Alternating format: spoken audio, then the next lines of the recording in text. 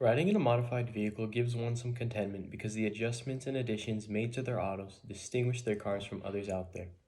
Some people like to modify their cars as a way of expressing themselves. They want their car to be unique just like them, so that no two cars are exactly alike, even though they are the same model and make. People have been modifying their cars with catbacks and upgraded mufflers for a long time now. These modified exhaust systems are louder and more powerful than the stock manufacturing ones that comes with the car original.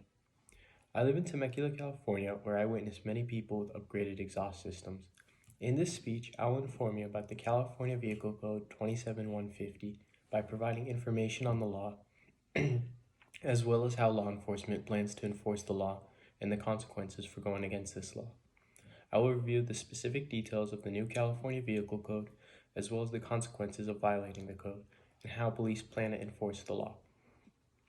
According to SEMO Market Director Research Gavin Knapp, more than 7.9 million young people customize, modify, or upgrade their vehicles each year. California's new car law requires cars to be equipped with an adequate muffler in constant operation and properly maintained to prevent any excessive or unusual noise, and prohibits a muffler or exhaust system from being equipped with a cutout, bypass, or a similar device. This does not mean that you cannot modify your exhaust at all. According to Motor Trend, if you are driving a vehicle that weighs less than 6,000 pounds and you have a modified exhaust, it must register less than 95 decibels as per the test procedure of J1169 of the Society of Automotive Engineers. So you can still modify your car and change your exhaust as long as it stays within the legal limit of 95 decibels. However, some cars such as Lamborghinis, Ferraris, and other forms of supercars come stock from the manufacturer with exhausts that are louder than 95 decibels.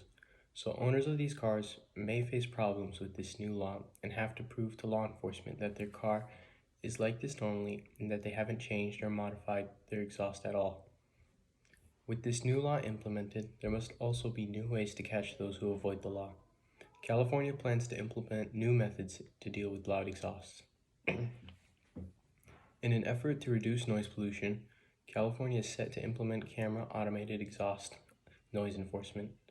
These cameras will make it easy to catch people with exhausts that are louder than 95 decibels, and will not require cops to pull over people to check their exhausts as they have been doing up until now, which has been annoying and unnecessary as many people have been pulled over and tested, only to find out that they are both getting their time wasted as their exhausts are within the legal limit.